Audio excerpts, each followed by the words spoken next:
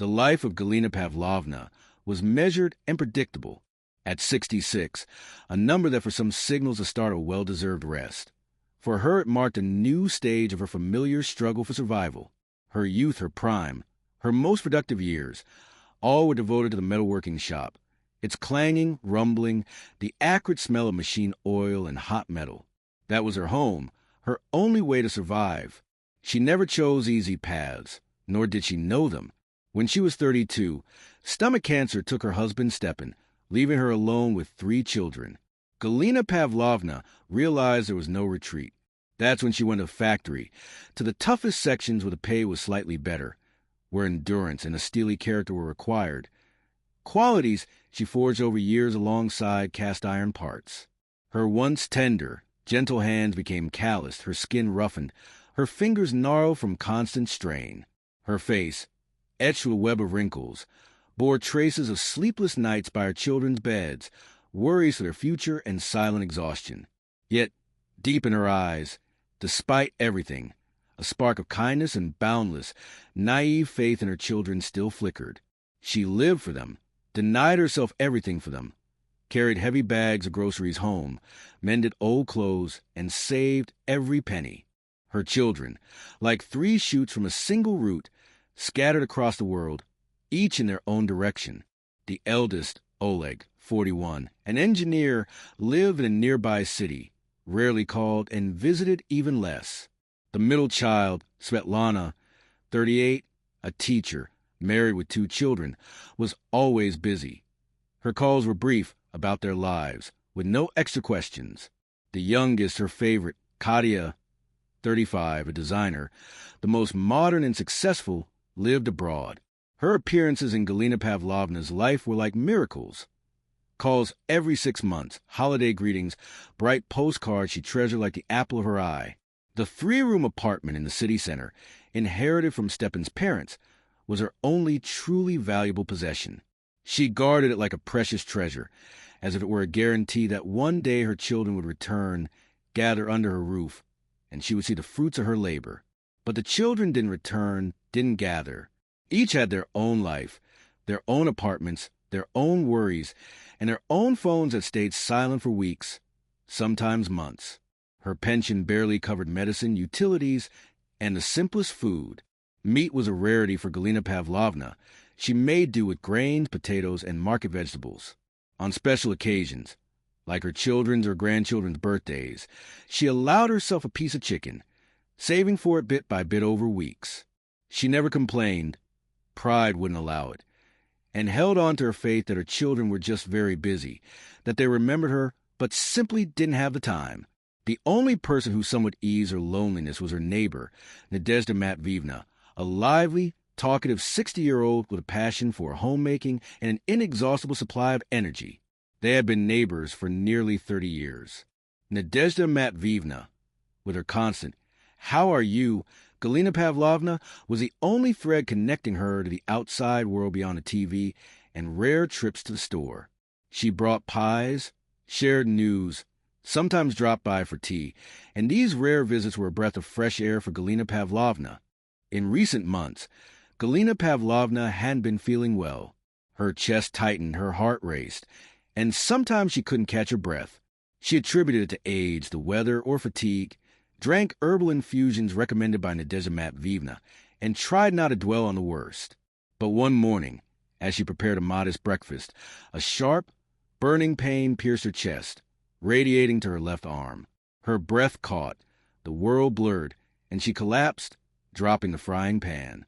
She came from the sharp smell of ammonia and Nadezhda Matveyevna's voice, her face twisted with worry.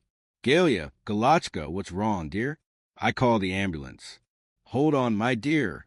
Everything after was a blur.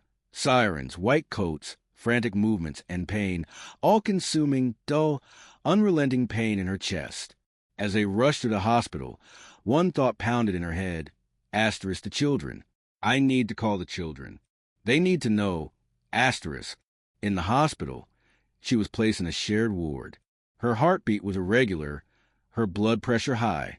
The doctor spoke of a serious heart attack. For the first few days, she was barely conscious. When her mind cleared, Her first thought was of her children. She asked the nurse to call them. 3 calls. Oleg, Svetlana, Katya. The first was to Oleg. "Hello, Mom, what's up?" "I'm busy at work." His voice carried no trace of concern. With effort, Galina Pavlovna managed, "Son, I'm in the hospital. I had a heart attack." Silence on the other end, then, "Oh, Mom, that's serious. Hold on there. I can't right now. Big project. Maybe later. Don't worry, just get better." And quick beeps. The second call was to Svetlana. "Mom, oh, what happened?" "I've got classes, then extracurriculars, then petty as soccer." "Is it serious?" "Oh, Mommy, you're strong. You always manage." "We can't come, kids. School, you know. Maybe tomorrow if we can." Her voice was rushed, detached. The third call, to Katya, was the most painful. Her voice was distant, foreign. "Mom, oh, perfect timing. I'm on a business trip." "So important." "A heart attack." "God, Mom, that's awful. But hold on. I can't fly back. Tickets are expensive and I've got a presentation. Call me if anything happens. I'll be worried." Her voice sounded genuinely concerned, but across 1,000 kilometers, not a word about coming. The phone went back to the nurse. Galina Pavlovna closed her eyes. No one, not one of them, came visited or even said, "I'm coming right now." Just promises of maybe and if we can. Her heart ached, not from illness, but from this emptiness, from realizing that her children, for whom she sacrificed her entire life, had forgotten her. They were busy with their lives, their affairs, their children, their spouses. She was just an echo of the past, an old photo in a forgotten album. The only person who visited was Nadezhda Matveevna. She brought a bag of homemade cutlets and a jar of broth, her eyes full of genuine worry. "Galachka, what's wrong, dear? How are your children? Has anyone come?" Galina Pavlovna turned to the wall. They couldn't. They're busy. Their own lives, their families. No time. Her voice trembled. Nadezhda Matveevna shook her head, her face a mix of sympathy and indignation. "Busy, huh? Can't find 5 minutes to visit their mother in the hospital? What kind of children are these?" "I'll call them myself." "No, Nadia, please." Galina Pavlovna turned, her eyes full of tears. "Don't call anyone. Don't argue. Let it be. It'll only make things worse." Nadezhda Matveevna sighed heavily. "But why do you torture yourself, Galia? They need to know how you raise them, how you live for them, and ugh, no shame, no conscience." Galina Pavlovna felt the resentment, build up over years, rising in her throat. Her neighbor's words, though well-meaning, only deepened the pain. She always defended her children, excused their busyness. But now, lying helpless, hearing those words from someone else hit her with fresh force. "Why do you say that, Nadia?" Her voice grew sharp. "My children are good. They're just grown with their own lives. You don't understand. It's easy for you to judge. You don't have children." Nadezhda Matveevna flinched, her face reddening. "What don't I understand? I'm the one running to you here, while your own children brush you off over the phone, and I don't understand? Think about what you're saying." Galina Pavlovna raised her voice, despite the chest pain. "Don't judge my children. They love me. It just happened this way." The ward, with several other women, fell silent. All eyes turned to them. Nadezhda Matveevna, deeply offended, grabbed her bag and tossed it onto the nightstand. "Fine," she nearly growled. "If I don't understand, there's no point in me being here. Get well." She turned and stormed out, slamming the door. Galina Pavlovna was alone. The loneliness now felt sharper because she had pushed away the only person who came to her. Tears streamed down her cheeks, soaking into the pillow. Her heart ached, not from illness, but from emotional pain. The hospital ward silence, broken only by the steady beeping of machines or a neighbor's quiet moan, pressed on her harder than the factory's roar ever had. After the argument with Nadezhda Matveevna, her soul grew unbearably heavy. The tears shed into the pillow brought no relief, only further emptiness. She had pushed away the only person who came, and she did it out of blind, foolish loyalty to children who didn't bother to visit. In the days that followed, Galina Pavlovna refused all contact beyond the essentials. Nurses brought food, gave injections, changed IVs. Doctors made rounds, asking standard questions about her condition. She answered curtly, indifferently. Her heart still ached, but now emotional pain, gnawing from within, joined the physical. She felt not just sick, but unwanted. Each time the ward door opened, Galina Pavlovna's eyes darted up, her heart pausing in hope. Maybe, just maybe, it was one of them. Maybe Oleg broke free, or Svetlana found a gap in her busy schedule, or Katya, her favorite, flew in despite the distance and cost. But every time, it was a nurse with medicine, a cleaner with a bucket, or someone else's relatives. The expectation, turned into torture, repeatedly ended in disappointment. The chatter of her ward neighbors, snippets of which reached her, only deepened her pain. My granddaughter came, brought such tasty homemade pies, so rosy. My son, believe it or not, took a taxi across the city, said he could not come. My daughter practically lives here, takes shifts to stay close. Galina Pavlovna turned to the wall, pretending to sleep or read. She didn't want to hear about others' happiness, others' care, others' love. Love she was so deprived of. She always considered herself strong. Coping with difficulties alone was her credo. But now, that strength had vanished, leaving only a bottomless abyss of despair. Her thoughts returned to her children. She tried to justify them. Oleg was truly busy at work, an important project, always so responsible. Svetlana had a family, kids, school, a huge responsibility. Katya was so far away abroad. It's a long flight, expensive tickets. Of course, they had no time. She understood. She had to understand. But this understanding was bitter as wormwood. What tormented her most was the fight with Nadezhda Matveyevna. The words she threw at her neighbor were unfair, cruel. Nadezhda Matveyevna was the only one who came, the only one who showed genuine care, and she, in a fit of resentment toward her children, took it out on her. Guilt gnawed at her, giving her no peace. She wanted to apologize, but pride wouldn't allow it. And the fear that Nadezhda Matveyevna wouldn't come back, that she had severed that last thread, kept her silent. Doctors noted that Galina Pavlovna's recovery was slow, not so much due to physical complications, but her apathetic state. She ate poorly, was almost always sullen. Nurses whispered. The old lady is completely withdrawn. No one visits. One morning during rounds, a young nurse named Lena, perhaps the most empathetic in the ward, approached her. "Galina Pavlovna," she said softly, sitting beside her, "someone came yesterday, sent their regards, and asked how you're feeling." Galina Pavlovna's head snapped up. "Who? My children?" Hope flickered in her voice. Lena looked slightly embarrassed. "No, not your children. An older woman with a short haircut and a man with her, elderly, with kind eyes. They said you're like family to them. They're very worried." Galina Pavlovna immediately understood. It was Nadezhda Matveyevna and her husband, Uncle Vanya, quiet but always reliable. They came despite the fight, and this caused her even greater pain. Not only her children, but she herself was at fault for the rift. Shame overwhelmed her. By the end of the second week, the doctors announced she'd soon be discharged.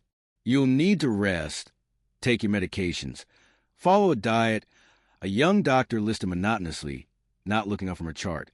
"And, of course, avoid stress. You're at risk." Stress. Galina Pavlovna thought bitterly.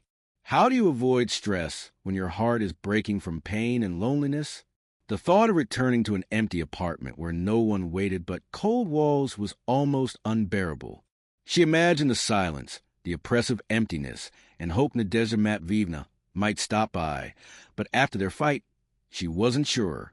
She was ashamed and couldn't bring herself to call her neighbor or ask a nurse to pass on an apology. The pride that helped her survive at the factory now became her prison. The final days in the hospital were the hardest. She watched as relatives came for other patients, helped pack their things, took them home. She knew no one would come for her, and that knowledge, solid as a stone, crushed her, draining her last strength. How she wished one of her children would just call and say, "Mom, we're coming to get you." But the phone stayed silent, an absolute deafening silence. On discharge day, she slowly, laboriously packed her few belongings into an old bag. Her back ached, her head spun, but she didn't want to ask for help. It felt like showing weakness would make her even more pitiful in her own eyes. She couldn't afford that luxury. After all, she had always managed, always alone. As she left the ward and shuffled down the corridor, Lena, the nurse, approached. "Galina Pavlovna, already leaving?" she asked warmly. Galina Pavlovna nodded. "Yes, dear, time to go home." "If you need anything, call," Lena said, handing her a slip with the ward's phone number. "And don't be so sad. Everything will be all right." Galina Pavlovna took the paper, her eyes welling up. Lena was the only one who tried to support her. She reached the hospital exit. The cold spring air hit her face. The sky was gray, heavy, as if about to burst with rain. Under that sky, she felt lonelier than ever. No one waited for her at home. No one met her at the hospital's threshold. She was alone in this vast city with her sick heart and broken soul. The bus stop seemed impossibly far. Each step was a struggle, the bag weighing down her arm, but she walked. She walked because she couldn't do otherwise. Walked to her empty home, to her loneliness. But something deep inside her began to shift. It wasn't despair, it was a quiet but burning resentment, slowly turning into resolve. Resolve to change something. The journey from the bus stop to her home felt like an eternity. Each step echoed with chest pain, and her soul ached from the realization of absolute loneliness. The key creaked familiarly in the lock. The door swung open, letting her into a realm of silence and stale air. The apartment, once filled with children's laughter, ringing voices, the smell of fresh baking and her husband's strength, now greeted her with indifferent coldness. No one waited. No one asked how she felt. The bag of hospital belongings thudded heavily onto the floor. Galina Pavlovna slowly removed her coat, tossed it onto a chair in the hallway, and moved deeper into the apartment. Everything was impeccably clean. She loved and maintained that order with all her strength. But this cleanliness felt dead, museum-like. Nothing was disturbed. Nothing hinted at life. In the kitchen, she put on the kettle, her hands trembling, her thoughts flitting like caged birds. Nadezhda Matveyevna's words about her children's lack of conscience and her own harsh response in a moment of resentment echoed in her head, intensifying her guilt. She had pushed away the only person who came, while her children didn't even bother to visit. Their busyness now seemed a flimsy excuse, a thin veil hiding indifference. The kettle boiled, whistling shrilly. Galina Pavlovna poured herself a cup of tea, sat at the table, and her gaze fell on an old calendar hanging on the wall. It marked her children's and grandchildren's birthdays. In her neat handwriting, faded ink noted, Oleg, March 25th, Svetlana, May 10th, Katya, September 7th. Below were her grandchildren's birthdays. She remembered each one, always sent congratulations first, sent modest money transfers, deny herself even the smallest things. And not once did they forget her. But she didn't want gifts from them. She wanted a shred of attention, a simple "Mom, how are you?" Or "Son, daughter, I miss you." Her heart ached again.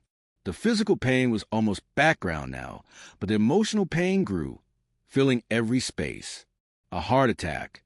She nearly died, and they didn't even flinch, as if her life meant nothing. Her entire life was devoted to them. The grueling factory work that ruined her health was just a means to ensure they never knew want, that they got an education, that they made something of themselves. And they did. Became successful, busy, and forgot her sacrifices, her suffering. Galina Pavlovna recalled how, many years ago, when Stepan died, she was only 32, a young widow with 3 children. Grief, despair, fear for the future. But she pulled herself together, refusing to break. "The children need a strong mother," she repeated like a mantra. And now, in old age with no strength left, she was alone. Over the next few days, Galina Pavlovna tried to rebuild her routine. She took her pills on schedule, tried to eat properly, though her appetite was nearly gone. Walks to the nearby store were exhausting. Her head spun with the slightest effort. She constantly wanted to sleep, but sleep brought no relief. It was restless, fitful. She avoided the TV to escape the sound of others' voices, the sight of happy families on the screen. Silence became her only companion, ringing in her ears, reminding her of her loneliness. Sometimes she imagined one of her children ringing the doorbell, rushing to hug her, apologizing for their neglect. But these were empty fantasies. The phone stayed silent. On the third day after discharge, as she struggled to tidy her bedroom, her gaze fell on an old photo on the dresser. It was her with her children, small, happy, laughing. Oleg, with tousled hair, holding little Svetlana's hand, who grinned with a toothless smile. Katya, a tiny baby, sat in her arms, her chubby hands around Galina Pavlovna's neck. In that moment, staring at the photo, something in her broke. The boundless, forgiving love that always clouded her judgment was gone, replaced by a sharp, burning resentment. She gave them everything herself, without reserve, and what did she get in return? Emptiness, loneliness, phone indifference in the darkest moment of her life. "They're good," she whispered, her voice thick with bitterness and sarcasm. "Very good." Suddenly, a thought struck her, clear, cold, and oddly calming. A thought that rang like a saving bell in her sea of despair. She didn't want them to see her suffering, to know how much she hurt. But she wanted them to think, to come to her. And then she understood what she had to do. Not beg, not complain, but touch the one thing she knew mattered to them, the only thing that still tied them to her. She slowly approached the phone, her heart pounding harder than after the heart attack, but now it was the beat of resolve. Her hand trembled as she dialed the first number. Oleg's, then Svetlana's, then Katya's. "I have to do this," she whispered. "I have to, or I'll waste away in this loneliness, and they won't even notice." Dialing Oleg, she took a deep breath. "Hello, son, it's Mom." "Yes, I'm home," feeling much better. "You know, I've been thinking, at my age, you never know. I need to think about the future. My 3-room apartment in the city center, you know it. We should probably transfer it to someone. It's important, and I've been keeping it all in my head. What if I don't have time?" She spoke slowly, calmly, hiding her pain and nervousness, as if discussing mundane plans. Silence on the other end. "The apartment in the center? Mom, are you serious? What do you mean, don't have time? You're not going anywhere. We need to discuss this. I'll free up and call you back, Mom. We'll figure it out. Don't worry. I'll take care of everything. Just hold on." Oleg's usually detached voice was suddenly warm, concerned, notes absent when she mentioned her heart attack. Galina Pavlovna listened, a bitter smirk touching her lips. The apartment, that's what hooked them, pierced their armor of indifference. She hung up, her heart aching, not from illness, but from the bitter, ugly truth. Yet a strange, cruel satisfaction stirred in her soul. The game had begun. The phone clicked back on the receiver, but Oleg's enthusiastic tone still rang in her ears. She stood in her quiet, no longer so empty apartment, a bitter smirk playing on her lips. The apartment, the key, not her health, not her loneliness, not her pain, but a 3-room apartment in the city center. That's what instantly rekindled long-forgotten filial feelings in her children. The next few hours were tense. Oleg called back in just 15 minutes, something that hadn't happened in years. His voice was overly cheerful. "Mom, I've thought it over. This is really important. We need to discuss it. How are you feeling? Need anything, medicine, food? I can come by tomorrow if you're okay with it. Don't worry, we'll sort it out." The care in his voice was thick, almost tangible. Galina Pavlovna sensed its falseness but felt a strange, perverse satisfaction. Soon after, Svetlana called, her tone surprisingly soft. "Mommy, I'm so glad you're home. I was so worried. You know we couldn't come. Petya was sick, high fever. But about the apartment, you're absolutely right. It's serious. My husband and I are ready to come whenever you say, even tomorrow. We'll bring groceries. Help around the house. Don't strain yourself. We'll handle everything."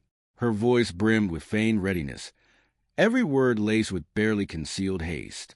Finally, Katya called, Her call from a foreign SIM card the most anticipated. Her usually airy, carefree voice was unusually serious. "Mom, I'm so glad you're recovering. I didn't sleep all night, thinking of you. A heart attack is no joke. And you're absolutely right about the apartment. It's a wise decision. I can take leave, even if it's bad timing, and fly in next week if needed. We'll discuss everything. Mommy, don't worry about a thing. I've looked at ticket prices. They're steep, but for this, just say the word." Even across thousands of kilometers, Galina Pavlovna heard the new, interested note in her voice. She listened, her heart clenching with bitterness. They were ready to come now that the apartment was mentioned, not when she lay dying in the hospital, but when valuable inheritance came into play. Her desperate ploy worked perfectly, but the taste of victory was bitter as medicine.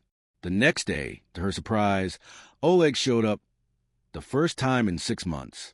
He brought a modest but neat bag, kefir, a loaf of bread, a couple of apples, a small cake. His eyes kept sliding over the apartment's walls, as if assessing its condition. "Mom, you don't look great, but you'll recover. Don't think about bad things. We're here. You want to discuss the apartment? I've been thinking. Maybe it's best to transfer it to me. I'm the eldest, and I'm legally savvy if needed." He spoke quickly, barely letting her get a word in. Galina Pavlovna observed him, seeing his attempt to seem caring, but his gaze, his nervous movements, his focus on the apartment betrayed him. He didn't ask about her health or treatment, only the property's future. Soon, Svetlana arrived, bringing a bag of food she claimed to have cooked herself, a pot of chicken soup, some cutlets, a salad. She fussed in the kitchen, trying to fit everything in the fridge, sighing dramatically. "Oh, Mommy, how do you manage alone? It's awful. I was thinking of you, but kids. School, about the apartment, don't worry. My husband and I discussed it. We're ready to cover all expenses and handle the paperwork properly. No mess." Her voice was overly sweet, her movements theatrical. Even Katia, miraculously securing a ticket, arrived days later with exotic fruits and expensive chocolates Galina Pavlovna could hardly eat. Katia was the most affectionate, skilled at feigned tenderness. She hugged her mother, stroked her hair, spoke sweet words, but quickly pivoted to the future and secure paperwork. "Mommy, don't worry. I'll handle all the documents. I know reliable lawyers. The apartment will be in safe hands. No one will be hurt." Galina Pavlovna listened, nodded, smiled faintly. She saw through them, their feigned attention, their care, their readiness to help, all a thin veil hiding one selfish goal. It hurt to the point of tears. She gave them her youth, her health, her strength, so they could grow into this, forgetting her, only remembering when material value was at stake. But watching their fuss, Galina Pavlovna suddenly recalled Nadezhda Matveyevna, how she pushed away the one person who came from the heart, without ulterior motives, and how cruelly she spoke to her. The shame that gnawed at her in the hospital returned with fresh force. Against the backdrop of her children's false care, her neighbor's sincere, if blunt, concern seemed a priceless treasure. She knew she had to apologize. Immediately. But how, after those words? She was unbearably ashamed. She had always been proud, and now she had to admit her wrong to someone she insulted, while her children bustled, debating who cared for Mom better and who deserved the apartment most. Galina Pavlovna made a decision. That evening, after they left, leaving behind empty promises and the cloying smell of cake, she approached the phone. Her hand trembled. This call was harder than calling her children, because it was for her, not the apartment. She dialed Nadezhda Matveyevna's number. Several long beeps. Galina Pavlovna braced for no answer or a cold one, but a cheerful voice answered. "Hello, Nadezhda Matveyevna speaking." "Nadia, it's Galina Pavlovna." Her voice wavered. "I wanted to apologize. I was out of sorts in the hospital. I'm so ashamed. Please forgive me." Silence stretched on the other end, long and heavy. Galina Pavlovna braced for a rebuke. "Galachka!" Nadezhda Matveyevna's voice came, softer now. "Lord, dear, what are you saying? I know how hard it was for you. I forgave you long ago. How are you? I thought about visiting but hesitated after our spat." Her voice, her tone, was so warm, so sincere, that tears welled in Galina Pavlovna's eyes. Tears of relief. She had someone who didn't want her apartment, who simply cared for her, and that was worth more than all the treasures in the world. The call to Nadezhda Matveyevna seemed to lift a massive weight from Galina Pavlovna's soul. The tears of relief she shed were pure, not as bitter as those caused by her children's indifference. Reconciling with her neighbor restored a bit of the warmth lost in the hospital. Nadezhda Matveyevna, true to her word, stopped by the next day with freshly baked cabbage pies and a flood of local gossip. She didn't mention the fight, only cast understanding glances full of genuine care, which Galina Pavlovna realized was priceless. Meanwhile, her children's care intensified.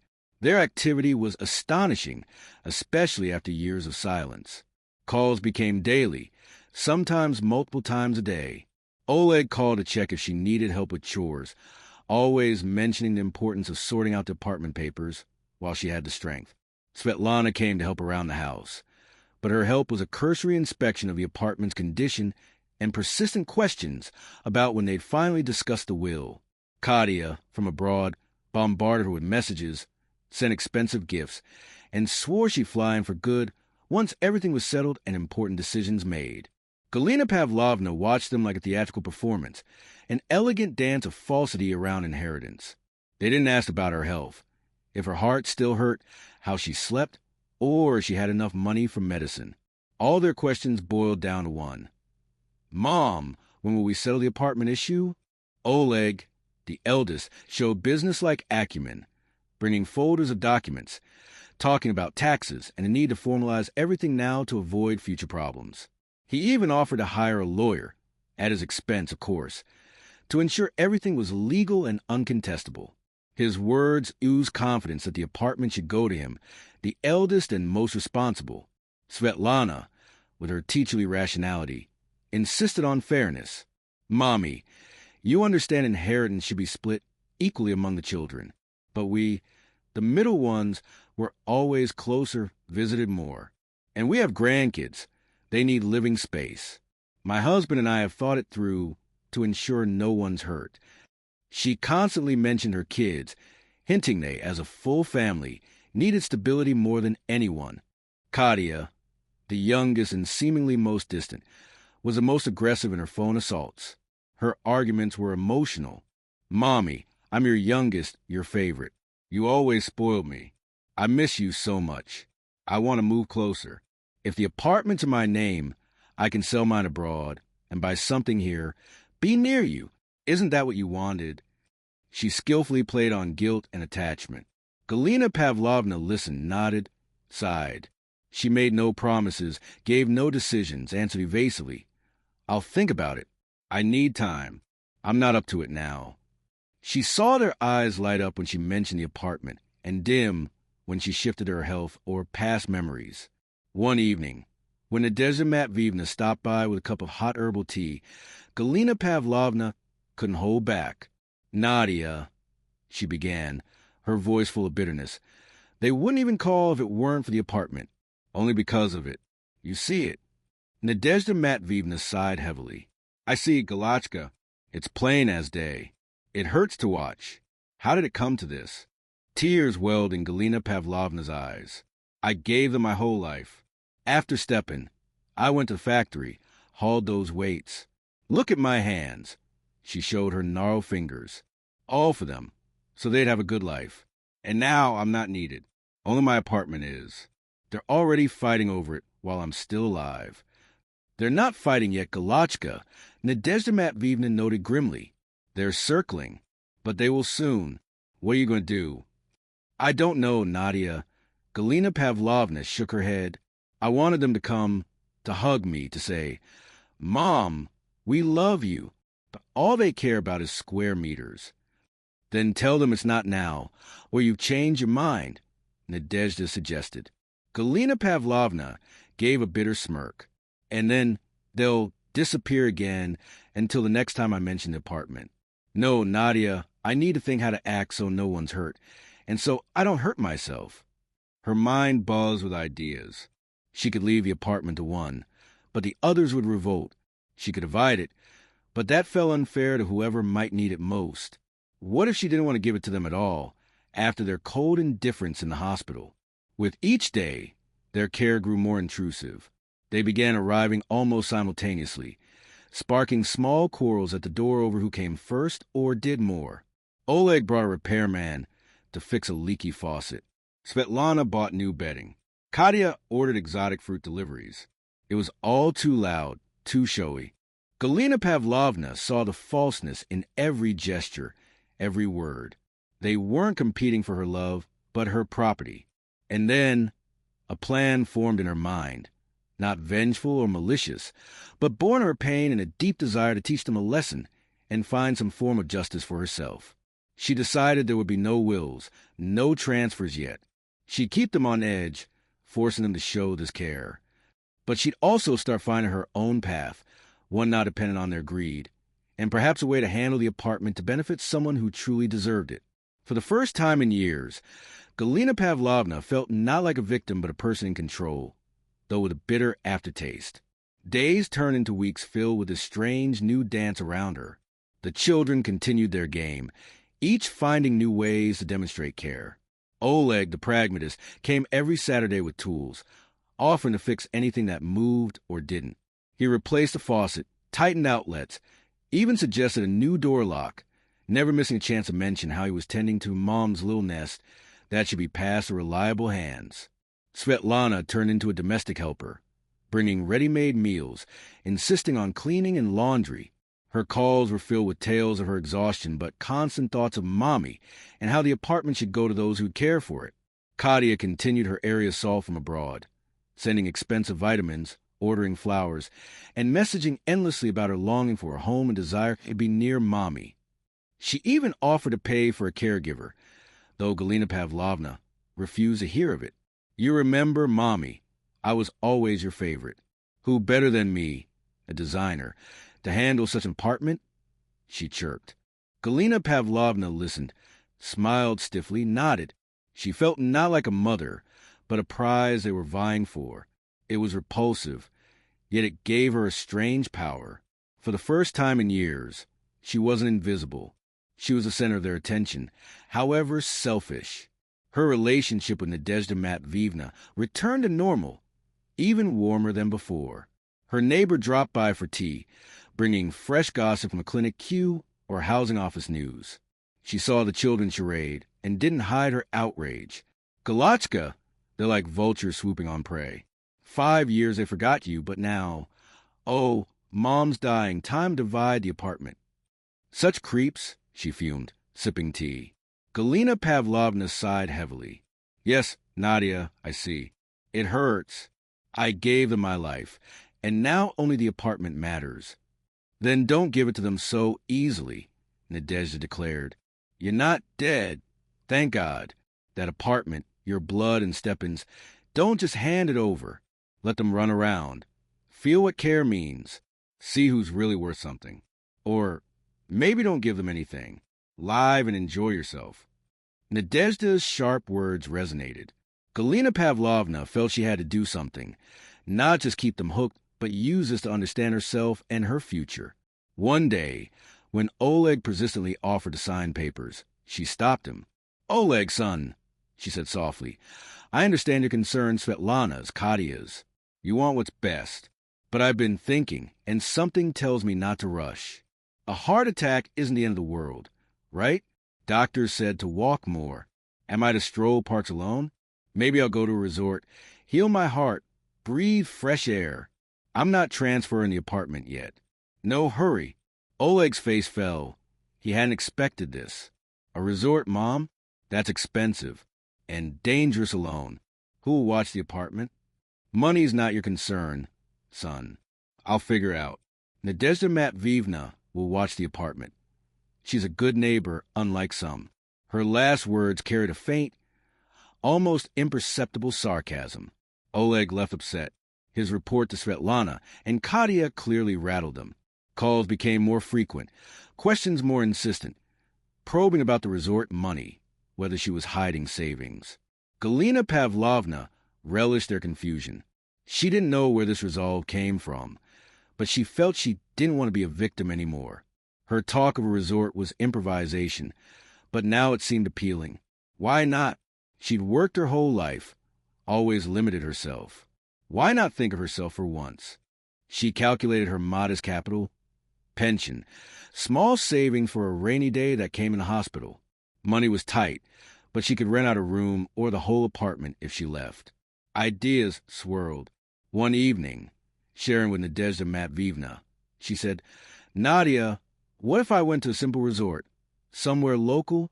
I've barely any money, but maybe rent a room or find a pensioner sanatorium with discounts." Nadezhda, initially surprised, lit up. "Galachka, that's an idea. You're wasting away here.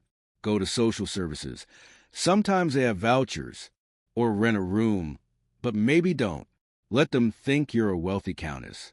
Shake them up, they've gotten too bold." The resort idea, initially a ploy, began taking real shape. Galina Pavlovna felt a surge of unfamiliar energy. She had a goal, one just for her health, her peace. She began casually mentioning to her children, "I'm looking at a sanatorium. They say it's great for heart patients." Their confusion and heightened care were her best reward. It was a game, and after years of sacrifice, Galina Pavlovna was learning to play by her own rules. The thought of a sanatorium, a decision tied to no one else, took deep root in her soul. It was like the first ray of sun breaking through years of clouds.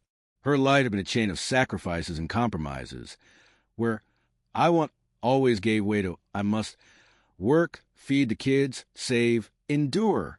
Now, "I want" sounded quiet but persistent, and it was for her alone. Days took on a new rhythm. Morning exercises, once done reluctantly, gained purpose. Each pill was a conscious step toward recovery.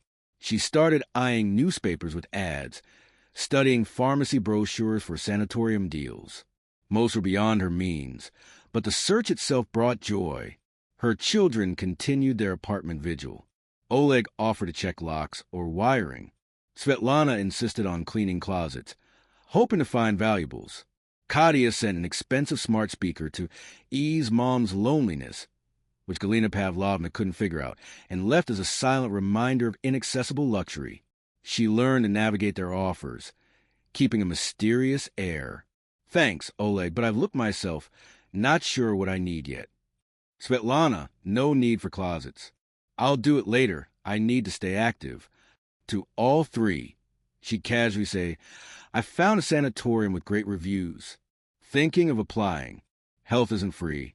Their tense silences and flurry of questions about costs and caregivers were met with Nadezhda Matveyevna as her ally, encouraging her. "Hold your ground. Galachka, let them think you found a mansion. Find what you can afford and be a person, not a prize." One day at the clinic, Galina Pavlovna visited social services. Amid the usual chaos, queues, grumbling, monotonous officials, she felt uneasy but resolute. After long waits and paperwork, they explained pensioner sanatorium vouchers existed but were rare with long waits. "You had a heart attack, Galina Pavlovna. It's indicated. Join the queue. Maybe by fall we'll find something. Here's a list of paid ones with pensioner discounts." She left with mild disappointment but newfound hope. There were options. She just had to wait. And waiting, she knew better than anyone. At home, she found another envelope from Oleg in her mailbox, a letter and a brochure for a private elderly care home outside the city. "You'd have great care, Mom. Sell the apartment, live comfortably on the money. We'll help with paperwork and visit often. You'll be looked after and we'll be at ease." The brochure showed cozy rooms, smiling nurses, happy seniors playing checkers, and a price that would have made her faint if she weren't already recovering. She saw it for what it was, a veiled attempt to remove her and claim the apartment, sell the apartment, and live comfortably echoed in her mind. Her 3-room city center apartment was a huge prize, and they'd help her spend it. Indignation surged. This wasn't just greed, it was audacity. They didn't just want her apartment. They wanted to sideline her under the guise of care. She crumpled the brochure and tossed it in the trash. That evening, showing Nadezhda Matveyevna the letter, she said, "Look, Nadia, this is her care. Pack me off somewhere so no one interferes with dividing my things. Nadezhda's face darkened. Scoundrel, sorry, Galachka, but there's no other word. A nursing home? Shameful. Tell them you're your own master, and decide where you'll live. Her neighbor's words gave her strength. She resolved to stop dodging their proposals with vagueness. She'd speak plainly. When Svetlana called, Galina Pavlovna cut through her long excuses. Svetlana, you sent those nursing home brochures. I looked. They're for people without apartments or who are truly alone. Thank God I have my apartment, and I'm not selling it or go to any homes. I'll live in my own home. Keep that in mind. Silence on the line. Svetlana, used to her mother's softness, was stunned. Mom, what are you saying? We care about you, want you to be okay. Care? Then come sit with me. No brochures, no we'll talk. That's care. Otherwise, I don't need it. For the first time, Galina Pavlovna spoke to her with such firmness. Svetlana, flustered, quickly hung up. Her mother had shown her teeth. This was a new phase. She was no longer a victim her children could ignore or manipulate. She was a master of her fate, and her apartment was no longer just her object of desire, but a tool in her hands, to make them think or show she wasn't as simple as they thought. After that talk with Svetlana, Galina Pavlovna felt a surge of strength. Not the draining factory worker's strength, but new inner power of a woman tired of being a victim. Her words to her daughter weren't a cry of despair, but a calm, clear statement, shifting their dynamic. The children, used to her compliance and silence, were thrown off. Calls didn't stop, but their tone changed, nervous, insistent, less falsely sweet. They probed the ground. Oleg called, businesslike. Mom, are you serious about the sanatorium? That's big money. Maybe we'll help if you decide, and we can talk about the apartment. You might need help with paperwork. His voice was strained. He didn't understand what was happening. Svetlana, after initial shock, went on the offensive, complaining about her financial struggles, her aching back, her 2 kids, hinting she needed help more than Galina Pavlovna. Mommy, you're on pension, living alone, 3 rooms. It's tough for us. Maybe transfer it to us, and we'll send you money monthly, more than your pension, she suggested, playing on guilt and care Galina Pavlovna had long nurtured. But she no longer fell for it. She listened but didn't hear their manipulations. Svetlana, I understand, dear, but I'm not deciding anything yet. No need to send money. I'll manage. The apartment question is closed for now. I'll think of myself first. Doctor said I need recovery. Peace and fresh air, not document talks. Her voice was calm but steely. Katia, sensing her favorite status no longer worked, grew less frequent but more irritated in her messages, hinting at unfairness, that she was trying to come home but Mom didn't appreciate it. She even tried jealousy, suggesting she might get nothing if she kept acting this way. But these threats didn't faze Galina Pavlovna. She lived by a new schedule. Morning exercises, walks in the courtyard or nearby park, daily pharmacy visits for medicine, studying sanatorium ads on display. Her pension couldn't cover even the cheapest, but the idea of a deserved trip warmed her soul. Nadezhda Matveyevna was her only solace. Over evening tea, Galina Pavlovna shared her children's latest offers. See, Nadia, no pity for me, just profit. I wanted them to visit, sit, ask how I feel. Nadezhda nodded sympathetically. They haven't gotten wiser, just greedier. Hold on. Show them you're not so simple. About the sanatorium. Let's think. I know someone who worked at the district office. She might help. Days later, Nadezhda returned with news. Galachka, my friend said if you have a chronic condition and are registered, sometimes you can get a subsidized voucher if there's a last-minute spot or cancellation. It's rare, not a resort but a health center. Still, better than nothing. She can ask if you're okay with it. Galina Pavlovna lit up.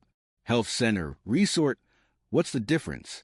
The point was to change scenery, breathe new air, escape the oppressive silence and ungrateful children's ghosts. Nadia, of course I'm okay with it. Ask. I'm ready for anything. Nadezhda promised to inquire, and Galina Pavlovna upped her game. She stopped answering some of her children's calls. citing poor health or reluctance to discuss business. This threw them into greater confusion, calling each other to figure out what was happening, if Mom was hiding something. Oleg even showed up unannounced, but she pointedly didn't open the door, pretending to sleep. He knocked, called, but she stayed firm. Later, he called, indignant. "Mom, what was that?" "I came and you didn't hear?" "Oh, son, I was sleeping, feeling bad. Doctor said rest. Come another time when we agree." It was a big step. She'd always feared their displeasure. Now, she set the rules. The bitter irony was that her illness and heart attack, which should have made her weak and dependent, paradoxically gave her new strength and resolve. She realized she'd been too convenient, too accessible, too predictable. Now, she was learning to be different. Days waiting for Nadezhda Matveyevna's news dragged slowly. Galina Pavlovna checked her phone daily, but this was a different anticipation. Not torturous, but hopeful. She no longer waited for her children's calls. She awaited a chance to start a new chapter. It was an astonishing feeling. That life wasn't over, that she was still capable of more than just living out her days alone. Days flowed in a new rhythm. Like a flower after a long drought, Galina Pavlovna came alive. Her steps grew surer, her gaze clearer. Her heart, though weak, hurt less, not from emotional wounds. She continued her game with her children, watching their feigned care grow frantic. They couldn't grasp why she became so unyielding, and it rattled them. Oleg, after her refusal to discuss the care home, grew aggressive, calling Nadezhda Matveyevna to pry for information. "You're her neighbor," closer to her. "What's with Mom? Is she hiding something? What sanatorium? She has no money. Where from? Is she with someone?" Nadezhda, loyal to Galina Pavlovna, was unyielding. "Oleg Stepanovich, mind your own business. Your mother's a grown woman, knows what she's doing. Her money's her affair. You do better to visit more than interrogate strangers." Oleg was angry but powerless. His attempts to pressure Nadezhda failed. Svetlana played on pity, calling in tears about unsolvable problems and endless debts, trying to guilt Galina Pavlovna into feeling sorry for her children. But she didn't budge. "Svetlana, I sympathize, but I have my own problems. Recover, and things will work out. No apartment decisions yet." Katya, seeing emotional manipulation no longer worked, tried bribery, sending expensive slippers, a trendy scarf, a tablet to keep Mom connected. Galina Pavlovna accepted politely, thanked her, but felt only bitterness. These things couldn't replace warmth or genuine care. Nadezhda Matveyevna kept up her mission, staying in touch with her social services contact. One day, when Galina Pavlovna had nearly lost hope, the phone rang. "Galachka, you won't believe it. My friend says there's a spot in a sanatorium in Lebyazai, outside the city by a lake. Quiet, nice. Someone canceled a last-minute voucher for 2 weeks. Great for heart patients, at a subsidized price. Almost free, just travel and a small fee. It's your chance." Nadezhda's voice rang with excitement. Galina Pavlovna felt warmth spread through her. It was like a miracle, a gift from fate. She'd always dreamed of escaping the factory noise and domestic cares, and now, when she'd lost hope, when her children turned away, the universe seemed to extend a hand. "Nadia, is it true?" she asked, barely believing. True. We need to gather documents fast. There's a queue, and this is a rare chance." The next few days were a whirlwind.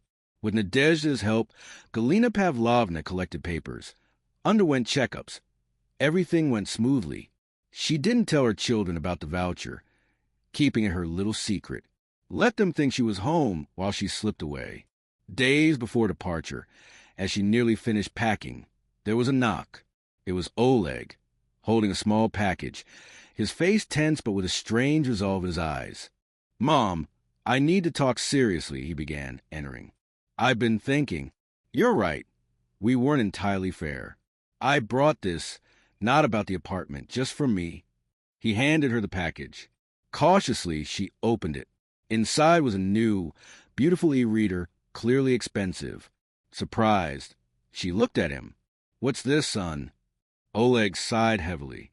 "An e-reader, Mom. It holds lots of books. I thought you're alone. It might be boring. You can read, distract yourself. And I wanted to say, I'm sorry, Mom, for not coming then for the care home idea. I was wrong. I was just so worried and thought it'd be better. Forgive me. Galina Pavlovna looked at him. For the first time in years, his eyes held no greed, only uncertainty, guilt, sincerity. It was hard to gauge, but his clumsy apology touched her. It was the first time one of her children didn't ask, but apologized. "Thank you, son," she said quietly, clutching the e-reader.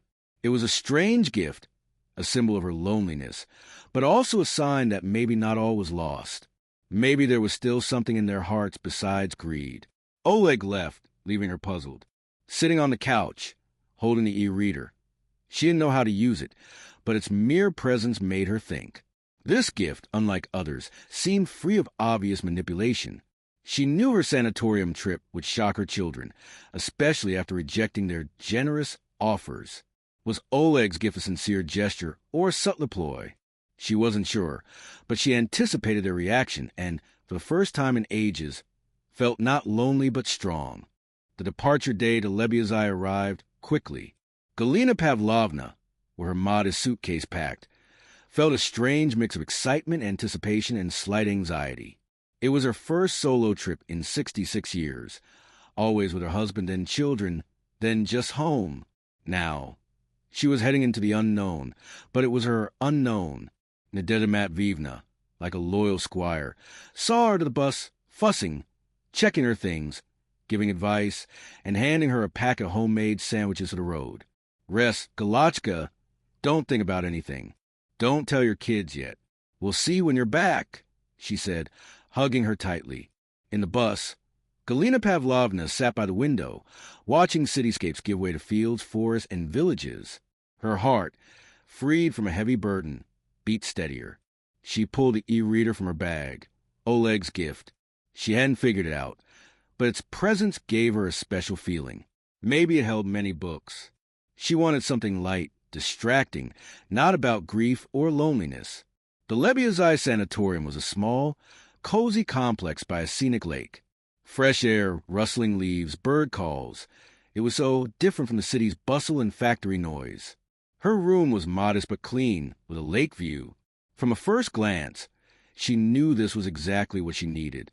The first days were about settling in, medical procedures, therapeutic exercises, massages. Mineral baths were pleasant and relaxing. She walked the grounds, breathing deeply, savoring the peace. This wasn't the oppressive silence of her empty apartment, but a living, natural silence full of forest whispers.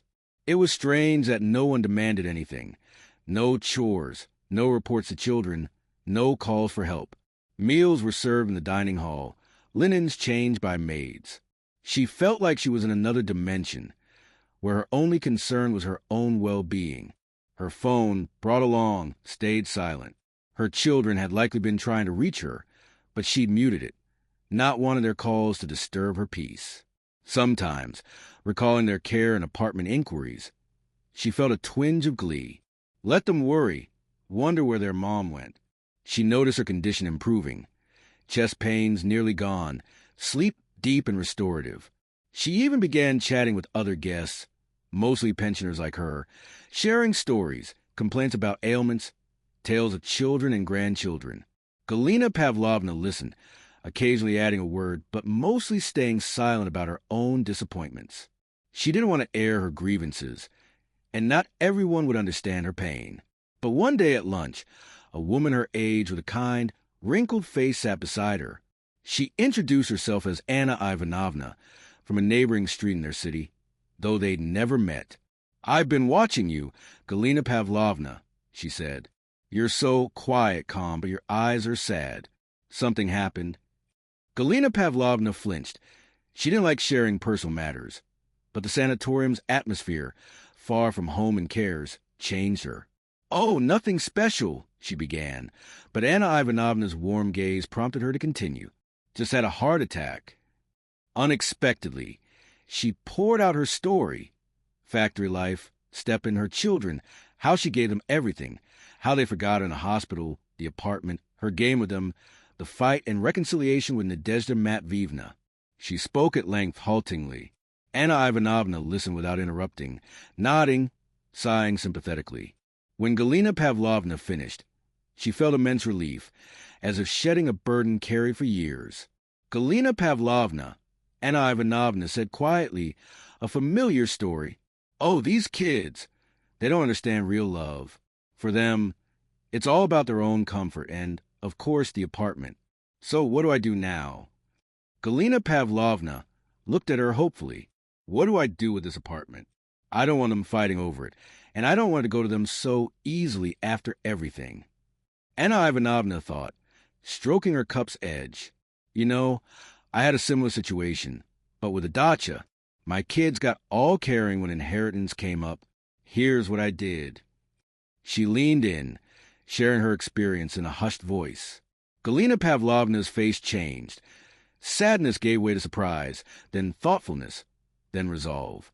It was a plan, not vengeful or greedy, but one to find peace and perhaps teach her children a vital lesson. The final week in the sanatorium saw Galina Pavlovna stronger, physically and mentally. She learned to use an e-reader, diving into a world free of factory noise and her children's indifference. Most importantly, she had a clear plan for her apartment, her future, and, oddly, her children. She returned home not just healthier, but transformed. The 2 weeks in Lebyazhi flew by. Galina Pavlovna returned not just physically stronger, but morally fortified. Fresh air, lake silence, a steady routine, and talk with Anna Ivanovna opened new horizons. She no longer felt broken, lost, or alone. She had a plan, not vengeful but deeply philosophical, reflecting on her life and role. Nadezhda Matveyevna met her at the entrance, her face glowing with joy. "Galachka, you look so good, younger," she exclaimed, hugging her. "I thought I wouldn't see you. Your kids went crazy, calling me, 'Where are you? Why no answer?' I said you went to relatives in the village to rest. They're probably waiting at home." Galina Pavlovna smirked. "Waiting, Nadia?" For the apartment. Entering her apartment, she found not silence but palpable tension. A letter from Oleg lay on the hall table, wilted flowers from Katya in a kitchen vase, clearly delivered by courier. She chuckled. They didn't expect her back so soon. Barely unpacking, the phone rang. It was Oleg, his voice overly joyful. "Mom, finally, we were so worried. Why didn't you answer? Where were you?" Svetlana was about to call the police. "I was where I needed to be, son," she replied calmly. "Resting. Why so worried? Afraid the apartment would be left without an owner." Silence. Then Oleg, flustered, stammered. "What, Mom?" "We were worried about you. You said you'd settle the apartment issue." "And we will," she cut in, "but on my terms. Come tomorrow, all of you. 6 p.m. Oleg, Svetlana, Katya. Serious talk. No excuses. Whoever doesn't come, doesn't participate." Without waiting for a reply, she hung up. For the first time, she felt like the conductor of this family orchestra, not a forgotten violin. The next day was feverish. The children, shocked by her tone, called each other, trying to guess what serious talk awaited. Nadezhda Matveyevna, stopping by for tea, nodded approvingly. "Good job, Galachka. Let them feel it." By 6 p.m., all three arrived punctually, sitting in the living room on the couch and chairs, their faces a mix of anxiety, curiosity, and mild annoyance. They brought food, flowers, even new dishes, another act of feigned care. Galina Pavlovna sat across from them in her favorite chair, back straight, gaze calm and focused. She looked at her children, for whom she gave her life, and saw only impatient expectation of her apartment decision.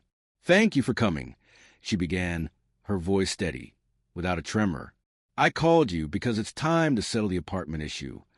Their eyes lit up, leaning forward, ready to listen. "I thought a lot while in the sanatorium."